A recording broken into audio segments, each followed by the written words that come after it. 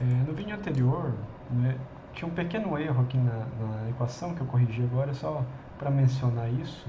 Esse termo aqui estava faltando na derivada, né, desse componente aqui de velocidade transversal. Tá? Então a gente tem três termos aqui como resultantes daquela derivada. Tá? Se você achou estranho, tinha um pequeno defeito aqui só nessa equação, embora a equação de baixo esteja correta. Tá?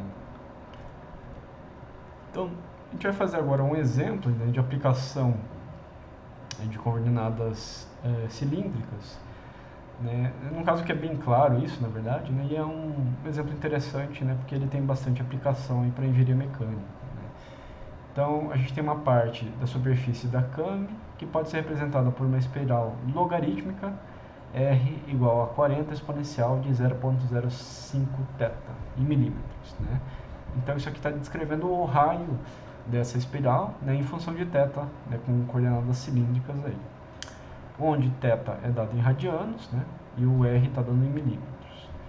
Se a câmara gira com velocidade angular constante de θ ponto igual a 4 radianos por segundo, né, então o nosso câmara aqui está girando com θ ponto igual a 4 radianos por segundo, né, velocidade angular constante, ele está pedindo para determinar os módulos de velocidade e aceleração do seguidor, tá?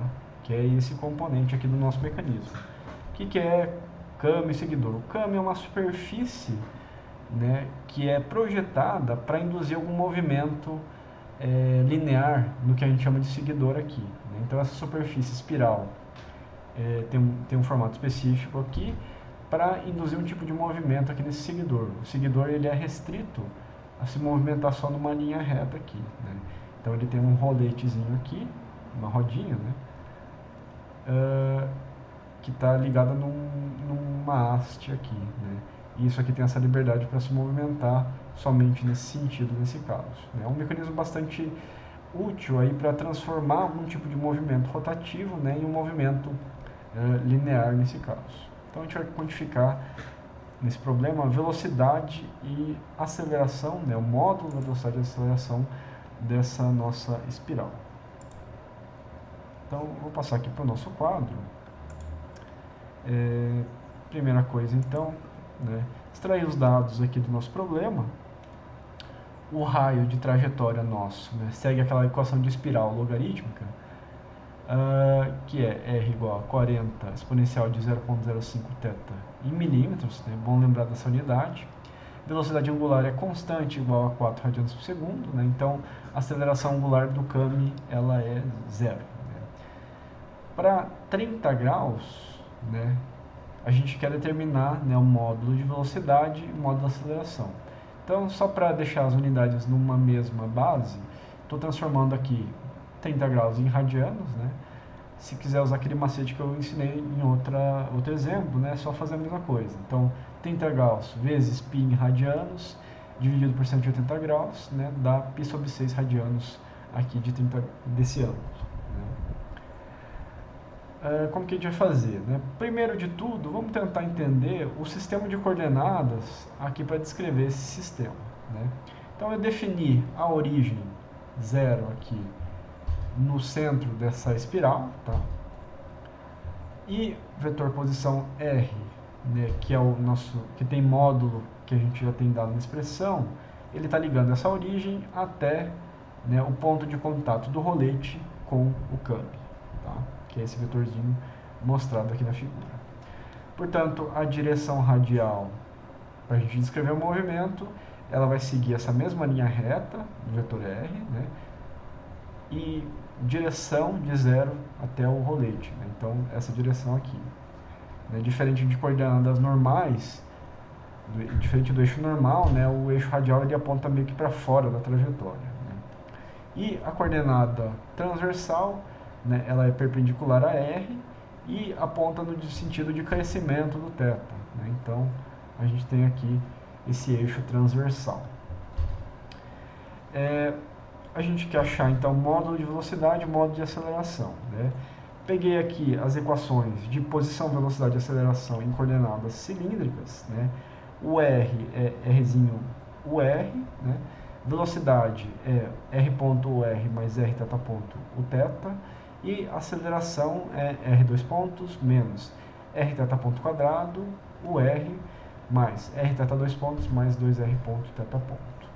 Θ ponto a gente já tem esse valor, né? Então θ ponto a gente sabe que é 4 radianos por segundo, tá? R ponto e R dois pontos a gente não tem ainda, tá? São valores que a gente vai ter que calcular então para isso. O R a gente já tem bem definido, né? Esse R aqui. Que falta mais. Θ dois pontos, né? A gente sabe que o movimento tem velocidade angular constante, portanto esse termo aqui vai sair da nossa equação, tá? Ele não vai existir. Então a gente tem que calcular o R ponto e o R dois pontos, né? Achar a velocidade, a aceleração e achar o módulo desse vetor em seguida. Tá? Então vamos passar para a próxima página.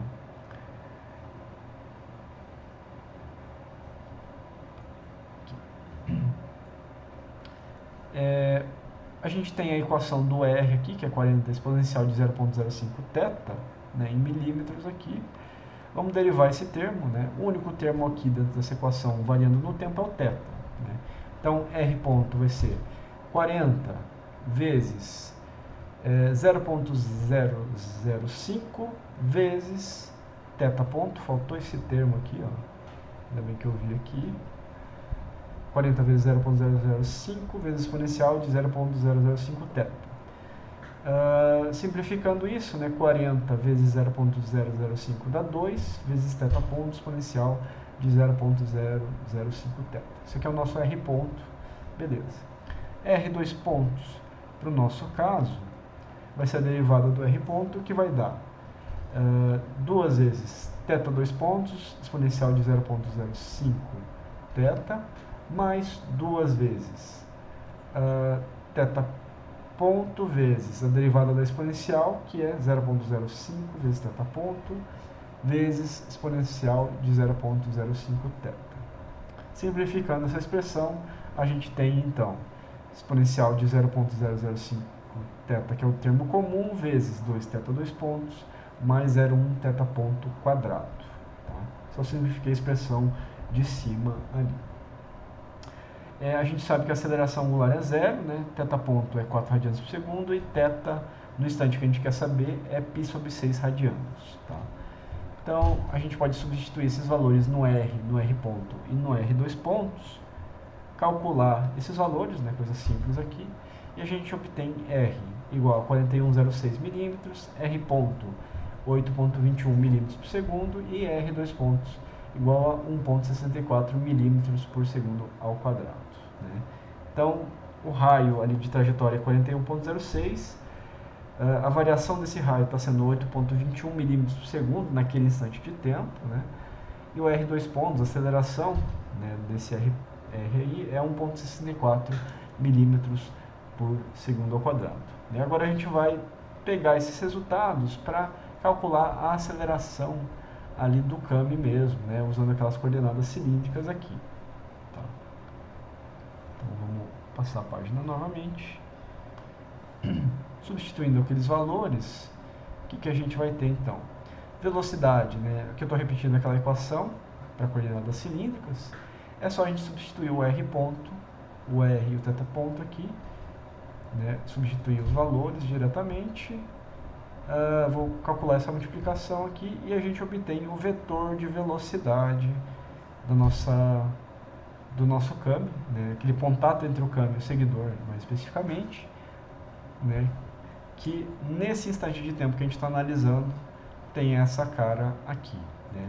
Lembrando que apesar da gente estar utilizando coordenadas radiais e transversais, ainda assim, né, o vetor sempre vai ser tangente à trajetória. Né? Isso aqui não está evidente por essas coordenadas, mas isso deve ser verdade. O que a gente observa aqui é que o vetor no eixo radial e no transversal, né, ele é positivo. Né? Então a partícula está andando no sentido positivo do eixo radial, positivo do eixo transversal aqui.